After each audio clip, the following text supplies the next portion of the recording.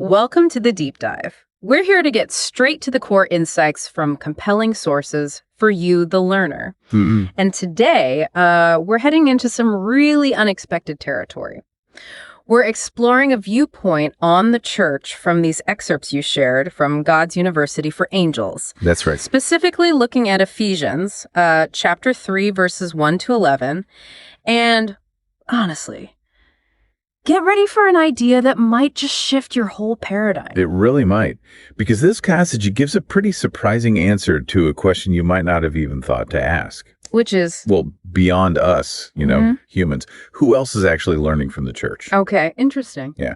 So our mission basically for this deep dive is to unpack this central idea, and it is pretty astonishing that the church is like a primary way God's wisdom, his manifold wisdom, gets revealed. Not just to us. But to angelic beings. Exactly, to angelic beings. All right, let's get into this then. So the passage kicks off with Paul. He's in prison writing this letter. Right, not exactly a holiday postcard. Huh? No. And he's talking with the Gentiles and this divine responsibility he feels. He calls it a stewardship of God's grace. Yeah, a stewardship specifically given to him for the Gentiles. And it came to him as a revelation, didn't it? This mystery of Christ. Okay, so this mystery. What does the source say that actually means? What is the mystery? Well, according to Paul here, it's that the Gentiles are now fellow heirs. They're members of the same body, meaning the church, and they get to be partakers of the promise in Christ through the gospel. Right alongside Jewish believers. Precisely. And the key thing, the really crucial part, is that this was not known before. Not in previous generations. It was like a totally fresh unveiling of God's plan. So Paul's role, as he sees it, is this steward, this messenger, specifically to get this news out, especially to the Gentiles. What was the bigger goal, the purpose of this stewardship? Verse 9 spells it out pretty clearly. It was to bring to light for everyone what is the plan of the mystery hidden for ages in God who created all things. Hidden for ages? Yeah. Paul felt this real drive, to communicate what he called the unsearchable riches of Christ. It wasn't just casual information. Okay. Now, verse 10. This is where it gets, really cosmic, doesn't it? This is absolutely the core of it. Verse 10 says, so that through the church, the manifold wisdom of God might now be made known to the rulers and authorities in the heavenly places. Rulers and authorities in heavenly places. And the source is clear, identifying these as angelic beings. Both the good angels and the fallen ones, demons, all created by God. And that phrase through the church seems pretty important here. Oh, absolutely critical. Our source really zeroes in on the specific Greek preposition Paul uses. It suggests the church isn't just like passively involved. Okay. No, it means the church is the instrument, the direct. Means that God is actively using. It's the agency. So God is using us, believers. Yes, us, the collective church, as the vehicle to demonstrate his wisdom to the angels. The source even uses this really striking analogy that the church is like a lecturer in God's university for angels. Wow. Okay. Angels attending God's university and we're somehow involved in the teaching. That's quite a thought. It is. But, it makes you wonder, angels, they've been around since, forever, practically. Since creation, they saw it all happen. What could they possibly still need to learn from us? That's a really good question. And the source actually points us toward Job, chapter 38. Okay, Job. What does that show? It gives this amazing picture of the angels, they're called, sons of God and morning stars. They're just erupting in joyful song when God laid the foundations of the earth. So they were there, they saw the beginning, they reacted with awe. Exactly. It establishes their incredibly long history, their ancient perspective on God's power in creation. So they've seen a lot. A huge amount. And this is key, the source reminds us they're still created beings. They aren't omniscient, not all-knowing. Right. Makes sense. So there are aspects of God, his plan, his nature, that are still unfolding, still being revealed to them. And this is where maybe the church comes in. Precisely. The source brings in 1 Peter chapter 1. Peter talks about how even the Old Testament prophets who spoke about God's grace didn't fully grasp it all. And then he says something fascinating about the angels. What's that? He says, these are things into which angels long to look. That phrase, long to look. The Greek apparently suggests this intense curiosity, a deep yearning, almost like bending over to get a closer view. And what are they trying to get a closer view of? God's plan of salvation, especially the sufferings of Christ and the incredible salvation that results for humans. The source notes they are spectators of this. They're watching intently, but they aren't participants in salvation the way we are. Okay, so they're observing us, observing the church with this intense interest. But what specifically are they learning? I mean, surely they already know God is powerful, holy, all-knowing. Right. The source mentions that too, right? Yes, it definitely acknowledges that. Think about Isaiah chapter 6, the seraphim covering their faces, crying, holy, holy, holy. They get God's holiness. Or Isaiah 14, detailing Lucifer's fall because he challenged God. They understand God's authority and the consequences of rebellion. And even demons recognize Jesus. Exactly. Mark 1, the demon cries out, I know who you are, the Holy One of God. James chapter 2 says, even the demons believe in one God and shudder. And Jude 6 talks about fallen angels being held for judgment.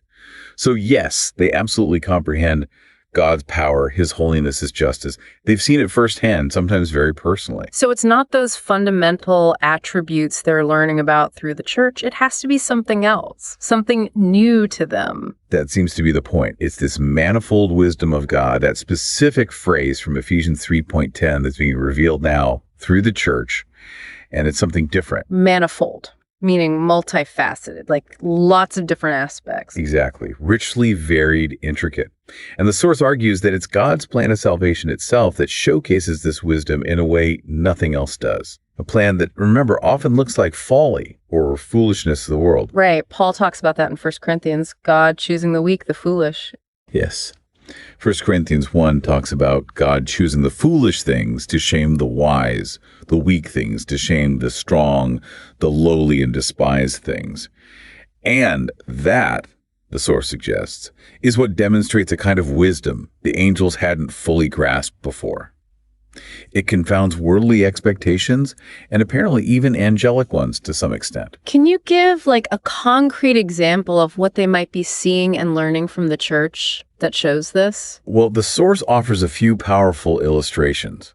Imagine them observing God's incredible love and mercy toward humans. Okay. We mess up constantly, generation after generation, yet God keeps offering grace, forgiveness, another chance. Think about that compared to the angels who rebelled. Their judgment was immediate and seemingly final. That's a stark contrast. It really is. They're seeing a depth of mercy and patience applied to us that wasn't applied to their fallen comrades.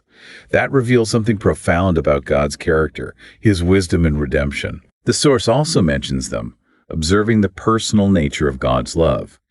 It uses the phrase bending down their ears, maybe picking up on that 1 Peter idea, listening to the simple prayers, the songs of faith, even from the least of the saints. Like a child singing, Jesus loves me.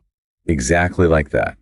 They witness God's intimate care for individuals, his personal love, which might be a facet of his nature they experience differently. I know more.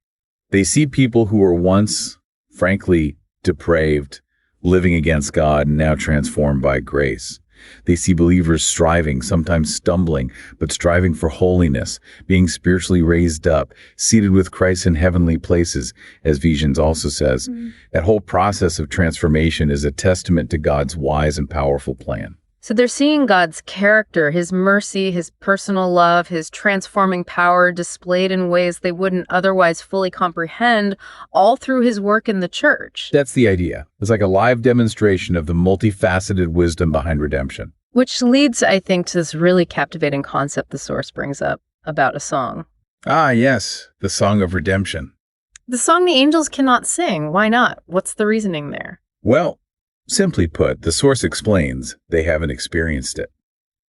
Angels haven't known the personal joy and relief of being saved from sin, redeemed by the blood of Christ. They didn't fall in the same way humanity did or need redemption in that sense. Exactly. They haven't overcome trials and sins through faith in a redeemer like humans have. So this specific song which the source describes as being full of themes of being washed in the blood, forgiveness, triumph over sin, and suffering. That's uniquely human experience enabled by Christ. It is. It highlights just how specific and precious human salvation is in God's eyes. Angels can rejoice with us, but they can't sing that particular song from personal experience. That really lands the point about the uniqueness of what's happening in the church. So if the church is this cosmic classroom, this stage where God's wisdom is being shown, and our lives, our community are part of the lesson plan, that feels like a pretty big responsibility falls on us, doesn't it? Oh, absolutely. The source makes that connection very directly. This incredible privilege of being God's means of revelation to the angels comes with, yes, a profound responsibility. How so? Well, the way we as believers live our lives, how we treat each other, that becomes the living proof, or sadly, sometimes the counter evidence of the wisdom of God's plan. So things like unity in the church or loving one another, it's not just for our own good or as a witness to unbelievers. It's for them too, for this unseen angelic audience. The source strongly implies that when there's division, bitterness, or a lack of genuine love within the church, it sends a confusing, contradictory message. It potentially undermines the very wisdom God intends to display through us. It's like we're messing up the lesson plan for the angels. In a manner of speaking, yes. That quote the source uses at the end is powerful. The making known of this great mystery, both to human beings and to the angels, is now in our hands. Wow, in our hands. That's sobering. It is. It adds a whole other layer of significance to how we live out our faith together. Okay, so let's try and wrap this up. To summarize this deep dive, we've looked at Ephesians 3 through the lens of God's University for Angels, and we've encountered this really quite stunning idea. Yeah, the idea that the church, the community of believers, isn't just for our own spiritual growth or for reaching the world. It also plays this vital central role in revealing God's incredibly complex, multifaceted wisdom to the entire angelic realm. Good and bad angels, apparently. And that means you, the learner, as part of the church, you're actually participating in this grand cosmic revelation. Right. Your actions, your relationships, how the church functions, it's all being observed. And it's providing insights, lessons, if you will, to these incredibly powerful ancient beings about God's grace, his wisdom, his love, his plan. It definitely changes your perspective, doesn't it? Puts our daily lives, our church squabbles, our acts of kindness into a much larger context. It certainly can. So maybe here's a final thought for you to take away and just mull over. How might really grasping this, the idea that our lives individually and corporately as the church are being watched by angels, teaching angels, how might that change the way you approach your faith day to day? How you interact with fellow believers? And how does knowing about this unseen audience affect things? It's definitely a profound dimension to consider, isn't it? This hidden plan, as Paul called it, now brought out into the light, not just for us, but for the heavens too.